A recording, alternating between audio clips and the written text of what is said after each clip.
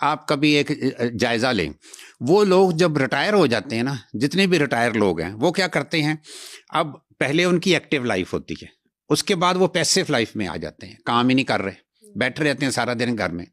ज़्यादा से ज़्यादा क्या होता है कि अगर एक मर्द है वो रिटायर हुआ है तो उसकी जो बेगम है ना, वो उसको वो टोकरी दे देती है कि जाओ जाके बाजार से और कुछ नहीं तो सौदा ही ले आओ। बिल्कुल ऐसा। तो ये काफ़ी नहीं है एक्टिविटी।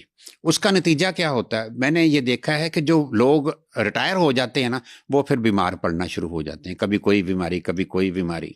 तो उससे वो लोग फिर ज़िंदगी ख़त्म होनी शुरू हो जाती है उनकी, बहुत से नुकसान उनमें होने शुरू हो जाते हैं, ऑस्टियोपोरोसिस हो जाती है और जोड़ों की दर्दें शुरू हो जाती हैं, और कुछ नहीं तो शुगर की बीमारी हो जाएगी, क्योंकि बैठेंगे तो कुछ ना कुछ खाते रहेंगे, वजन बढ़ेगा तो शुगर होने के भी चांसेस है, ब्लड प्रेशर हाई होने के भी चांसेस हैं। आप ये देखें, जिंदगी की डेफिनेशन क्या है, हरकत। तो अगर आप हरकत नहीं करते तो इसका मतलब आप जिंदगी नहीं जी रहे। आप एक चीज गौर करें, एक और कोटेशन है कि बुढ़ापा कब शुरू होता है, तो उसका जवाब ये है कि बुढ़ापा उस दिन शुरू हो जाएगा जिस दिन आप हरकत करना बंद कर देंगे, चाहे आपकी उम्र 20 साल है, क्योंकि जब आपने हरकत करनी बंद कर दी तो आपकी जो बॉडी की एक्टिविटी है, अंदर का मेटाबॉलिज्म जो है, ये सारा कुछ स्लो हो जाएगा, तो आपके ऊपर बुढ़ापा आ गया। तो ये याद रखें, जो बंदे सारा दिन बैठे रहते हैं ना, वो बूढ़े हो चुके हैं, चाहे उनको अच्छा लगे चाहे बुरा लगे, लेकिन ये है कि अगर बुढ़ापे से बचना है तो जितना ज्यादा अपने आप को एक्टिव रखेंगे, बुढ़ापा उतना डिले होता जाएगा। बिल्कुल ठीक है। तो डॉक्टर साहब एक चीज़ और बताएं कि जितने भी हमारे ये सीनियर सिटीजन्स हैं, जिनमें मैं ये 50+ वाले लोगों की बात कर रही हूँ, तो इनकी हड्डियों में वैसे भी बहुत दर्द होता है, और इन ज़्यादा खौफ सिर्फ इस चीज़ का आता है कहीं ये गिर ना जाए, कहीं कोई फ्रैक्चर ना हो जाए। उनका लाइफस्टाइल ठीक नहीं होता। जैसे मैं एक चीज़ और देखता हूँ, बूढ़े लोगों की बात तो चलो दूर की बात है, आप एक चीज़ नोट करें, जो छोटे बच्चे हैं उनमें दूध पीने का रिवाज नहीं है। अब क्या है, वो चीज़ें आप नहीं ले रहे जिनमें कैल्शियम और विटामिन डी है, तो क्या होगा, आपके अंदर कैल्शियम और विटामिन डी की कमी हो जाएगी।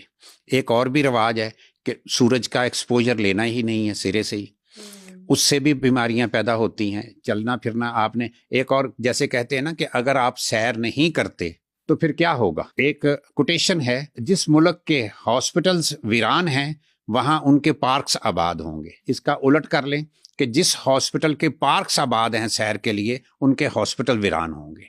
तो सैर करने से बीमारियां जो है वो खुद ब खुद खत्म होती हैं।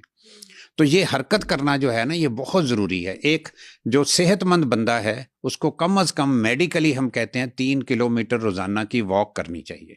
अब तो घड़ियां भी आ गई हैं, आप अपने घड़ी बांध लें एक, वो जो आपको स्टेप्स बताती है, तो आपको पता चल जाएगा जी कि मैंने 3 किलोमीटर के करीब वॉक की है कि नहीं की। चाहे आप अपने ऑफिस में करें, चाहे आप बाहर करें, जिस जगह मर्जी करें, लेकिन आपको हर वक्त हरकत में रहना होगा। एक बहुत अमीर आदमी थे, उन्होंने कहा जी कि मैं बहुत सख्त बीमार हो गया हूँ, मेरा जिगर भी सही काम नहीं कर रहा, तो मुझे कोई एडवाइस करें, मैं ज़्यादा से ज़्यादा ज़िंदा रहना चाहता हूँ। तो उसको डॉक्टर्स का एक पूरा बोर्ड था, उन्होंने कहा जी कि ये अगर आप ज़्यादा से ज़्यादा ज़िंदा रहना चाहते हैं तो हरकत करें, मुलाजमों से काम लेना बंद कर दें। इस वक्त मैं आपको एक चीज़ बताऊँ, दुनिया में सबसे ज़्यादा बड़ी उम्र के लोग जो है ना, जापान के पास एक जजीरा है ओकिनावा। उस जजीरे की क्या खूबी है कि उस जजीरे के बाहर लिखा हुआ है कि इस जजीरे में 100 साल से छोटी उम्र के लोगों का दाखिला मना है।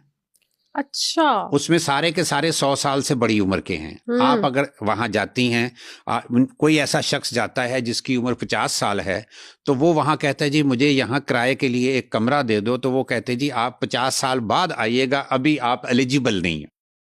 बाहर वो उस जजीरे को आइलैंड ऑफ इमॉर्टल्स भी कहा जाता है। अच्छा। कि लाफानी लोगों का जजीरा।